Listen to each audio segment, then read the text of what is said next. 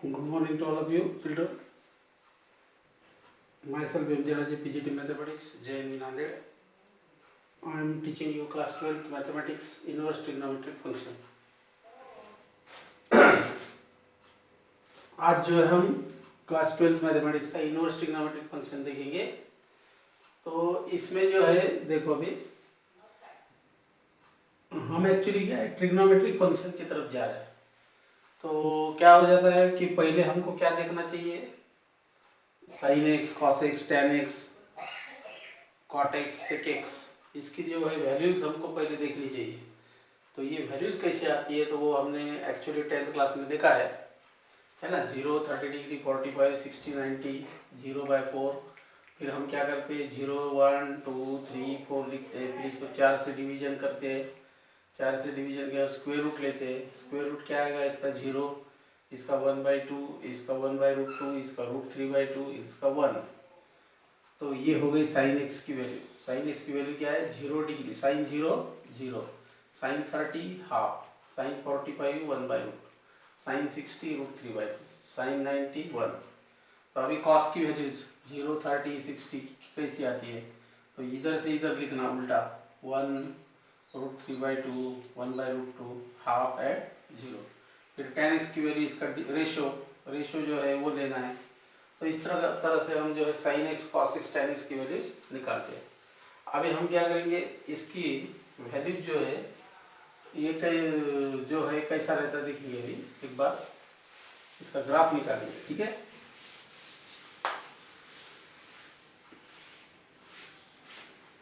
ये हो गया साइन एक्स। साइन एक्स की वैल्यू लिखेंगे अभी।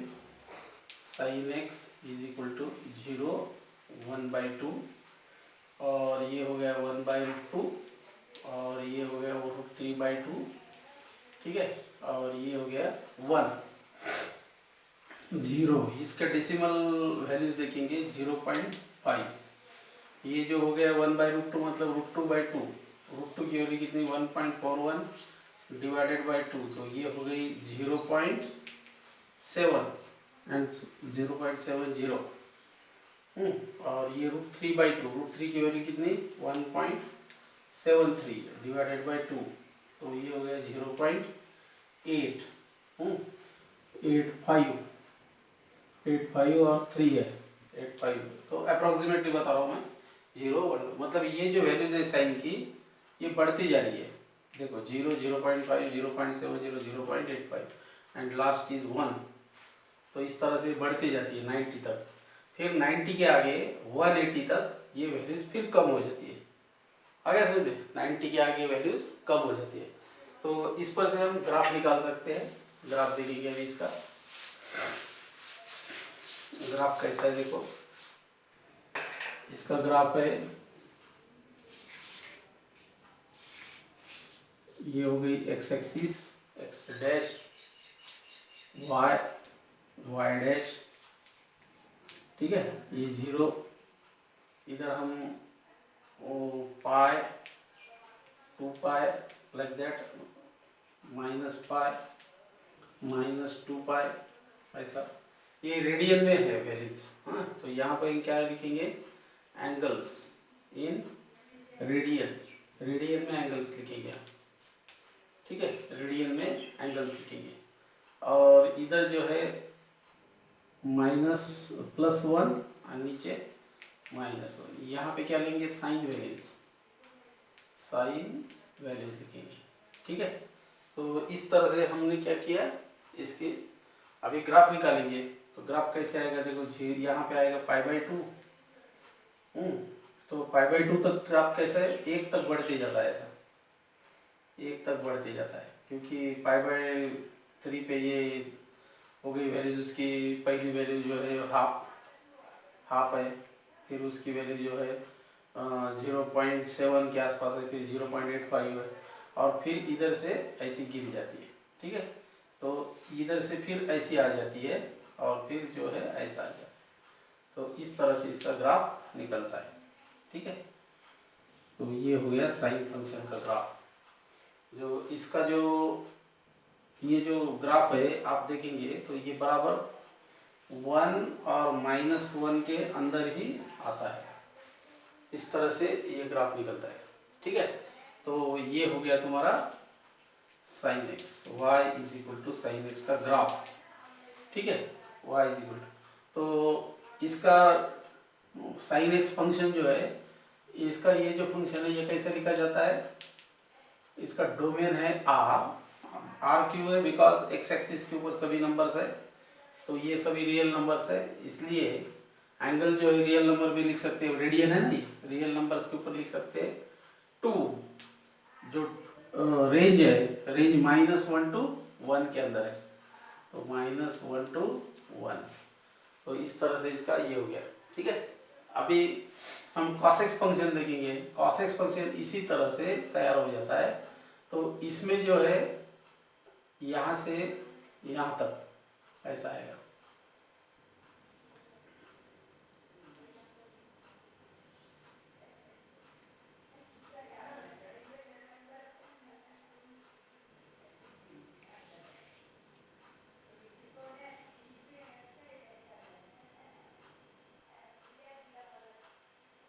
ठीक है,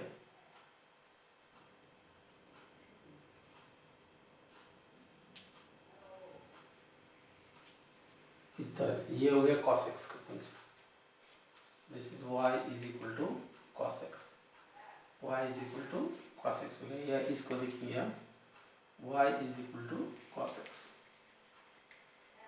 है ना। तो cos x फंक्शन जो है कैसे लिखा जाएगा, कोसाइन बोलते हैं इसको, cosine is equal to R2 -1 to 1।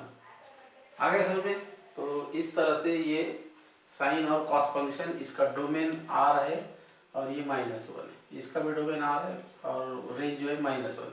ऐसा क्यों है, तो अभी फिर से एक बार बता दो, why it is R, domain R क्यों है, बिकॉज डोमेन मतलब एक्स एक्सिस की वैल्यूज जितनी भी है सब रेडियन में दिया है, तो इसलिए ये जो वैल्यूज है सभी रियल नंबर्स है, और कोसाइन के भी रियल नंबर्स है, और जो ग्राफ है वो -1 to 1 के बीच में है, इसलिए जो इमेजेस है मतलब वाई एक्सिस वो जो है -1 to 1।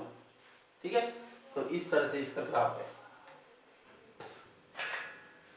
अभी आप देखेंगे इनवर्स फंक्शन क्या होता है।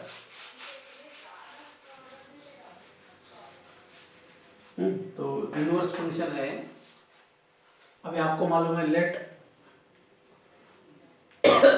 f is the function, then f inverse is called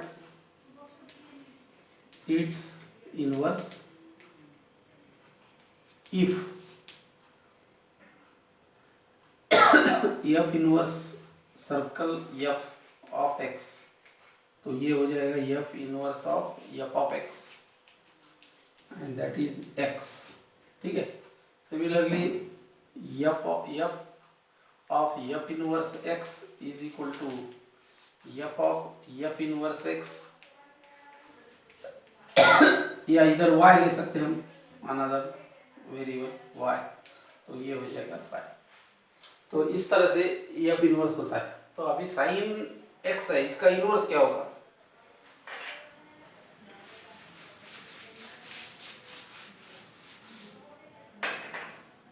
तो inverse of sine x is denoted by sine inverse x, ये जो है साइन इनवर्स x लिखा जाता है। अब साइन इनवर्स x, तो ये जो है sine inverse of sine x is always equal to x, या फिर sine of sine inverse x is also equal to x। आगे समझ में, तो इस तरह से है ये, और इसको ऐसा नहीं लिखना कभी भी, साइन x ऑफ इनवर्स, ये गलत है ना, तो ये सही है, साइन इनवर्स x। आगे समझ में, तो इस तरह से ये हो गया तुम्हारा sign inverse x। Similarly cos inverse x, cos inverse x भी ऐसे होते हैं, है ना। It is denoted by cos x का भी इनवर्स क्या हो जाएगा, denoted by cos inverse x. ठीक है, तो इसी की वजह से क्या है, cos inverse x of cos x, cos inverse of cos x is always equal to x. Similarly, cos of cos inverse x is also equal to x. ठीक है, तो इस तरह से लिखा जाता है cos inverse of cos x। अभी इसका हम इनवर्स का ग्राफ देखेंगे, इसका क्या होगा। तो इनवर्स का ग्राफ कैसे होगा, ये जो है ग्राफ हमारा already x axis x dash, y axis y dash. तो अभी हम क्या करेंगे, इसका जो इनवर्स है f of x is equal to sine inverse x, इसका ग्राफ निकालेंगे, तो या डोमेन रेंज देखेंगे इसकी। तो क्या होगा इधर, अभी जो देखा हमने कि पहला जो फंक्शन था pi 2 pi like that, minus pi minus 2 pi, ऐसा है ना, ये 0। तो हमारा साइन का ग्राफ कैसे था, -1 to 1 के अंदर। यहाँ पे एक पॉइंट ले लेंगे, ऐसा इधर से जाएगा वो ग्राफ, फिर इधर आएगा, ये π/2 रहेगा, π/2 के ऊपर 1 हो जाता है वो, तो ये 1, और यहाँ से फिर ऐसा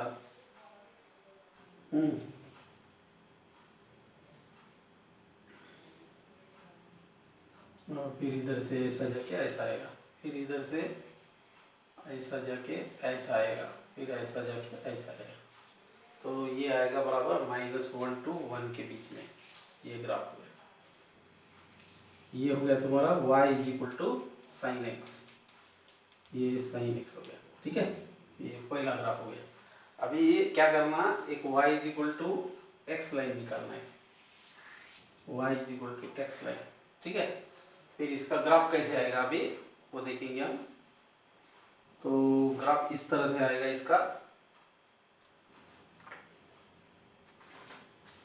इस तरह से ग्राफ आएगा।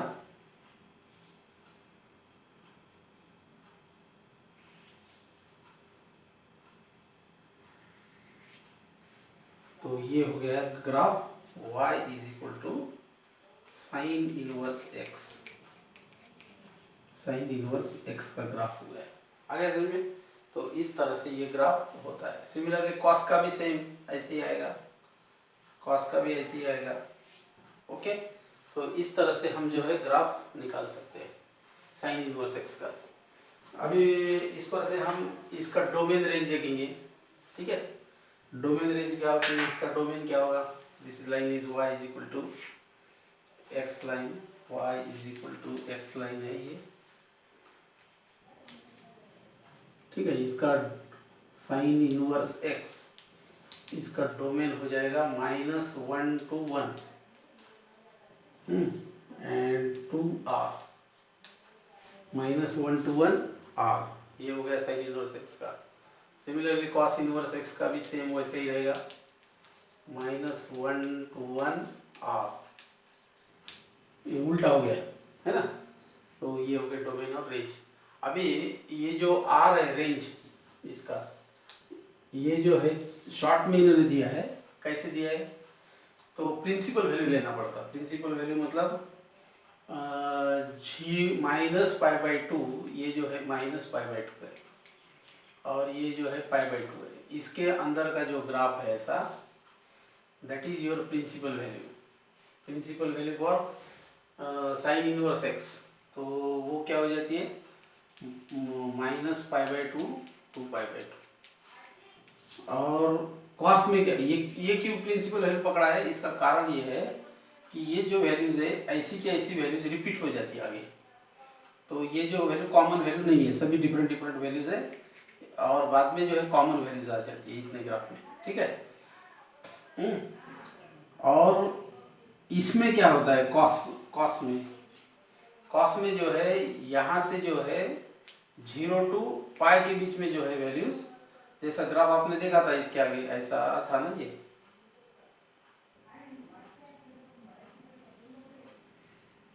इस तरह से ग्राफ था ना इसका। तो ये जो है 0 to π के बीच में, यहाँ से यहाँ तक जो वैल्यूज है वो रिपीट होती है इसमें, 0 to पाई में। तो इसका जो है रेंज जो है 0 to पाई पकड़ा है, आया समझ में, रेंज और डोमेन। तो इस तरह से ये बाकी सभी फंक्शन का है, मैं अभी बताऊंगा आपको, ठीक है। ओके,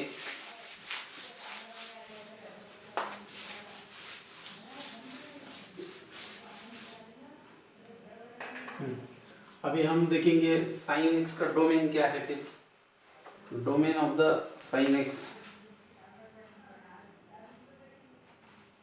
यहाँ दिया, देखो sine function R2 -1 to 1, cosine का R2 -1 to 1, ठीक है। टेंजेंट फंक्शन का क्या होता है, R माइनस, इसमें से कुछ माइनस करना पड़ता है, बिकॉज टेंजेंट फंक्शन क्या रेशियो है, साइन अपॉन कॉस। तो कॉस जहाँ जहाँ जीरो होता है वो वैल्यू माइनस करना पड़ेगा, x such that x is equal to 2n + 1 π/2 where n belongs to z। इसका मतलब क्या हो गया कि जब भी हम जैसे कॉस जो है -π/2 π/2 3π/2, इसके ऊपर उसकी वैल्यू जो है कॉस की 0 हो जाती है, और 0 वैल्यू जो है रेशियो है, tangent is the ratio of sine upon cos, तो 0 नहीं चाहिए, इसलिए ये ऐसा लिखा है, ठीक है। तो ये ऐसा हो। अभी कोसेक में भी जो है r माइनस करना पड़ेगा, क्योंकि कोसेक 1/cos है, कॉस जहाँ जहाँ 0 है वो लेना पड़ेगा। 0 कहाँ रहता है, तो ऑड नंबर्स ऑफ π/2 पर 0 रहता है, n बिलोंग्स टू z, तो इट इज ऑल्सो r। उसके बाद कोटेंजेंट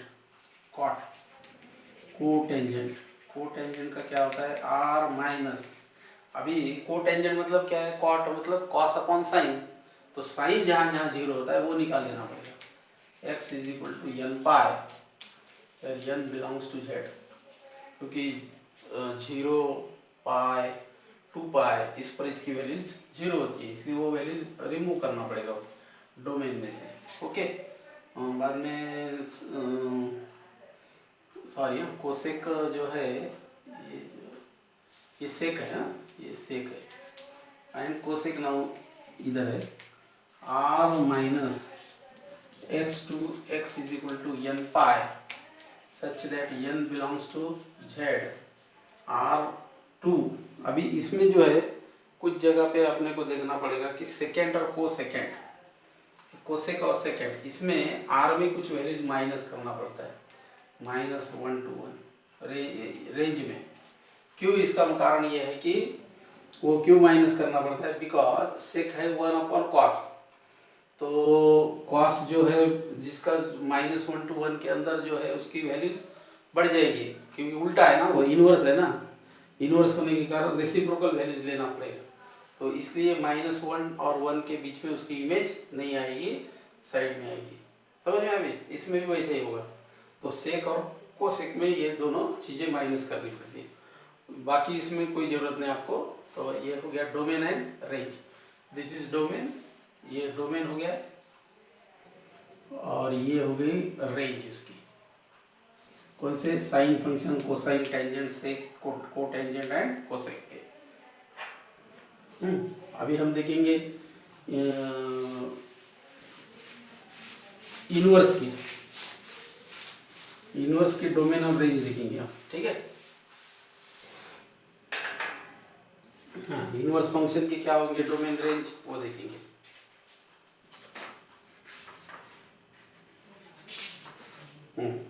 तो साइन इनवर्स -1 to 1 2, अभी ये क्या है, r है, एक्चुअली r है ना। तो r जो है उन्होंने क्या कि इतना बड़ा r लेने की जरूरत नहीं, उसको प्रिंसिपल वैल्यूज में लिया है, तो ये होगी इसकी principal values, -π/2 to π/2, cos inverse -1 to 1 इधर 0 to पाई, ये क्लोज इंटरवल है, याद रखना क्लोज इंटरवल है। कोसेक इनवर्स, कोसेक इनवर्स मतलब क्या हो गया, तो ये और रेसिप्रोकल हो गया साइन इनवर्स का, तो इसलिए इसकी वैल्यूज क्या होती है, इसका डोमेन जो है r minus -1 to 1 open function है, ओपन इंटरवल, तो 2 -π/2 2π/2 -0 निकालना पड़ेगा इसमें से, डिलीट फ्रॉम दैट, इसमें से 0, ठीक है। अभी sec inverse r minus, sec inverse में r माइनस -1 to 1, और ये हो जाएगा सेक इनवर्स में r -1 0 to पाई, इसमें से डिलीट क्या करना पड़ेगा आपको, π/2 के ऊपर ये 0 होता है, तो इसलिए π/2 डिलीट करना पड़ता है, ठीक है। Sine inverse, cosec inverse, sec inverse, tan inverse. Tan inverse का क्या होता है देखेंगे अभी। हाँ, टैन इनवर्स R2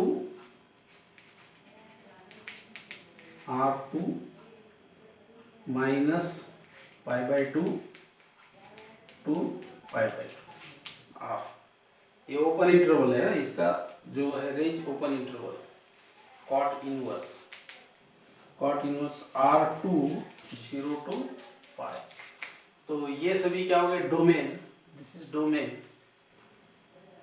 और ये क्या हो गया रेंज, रेंज बोले तो प्रिंसिपल वैल्यू, ये हो गई इसकी प्रिंसिपल वैल्यू। आ गया समझ में।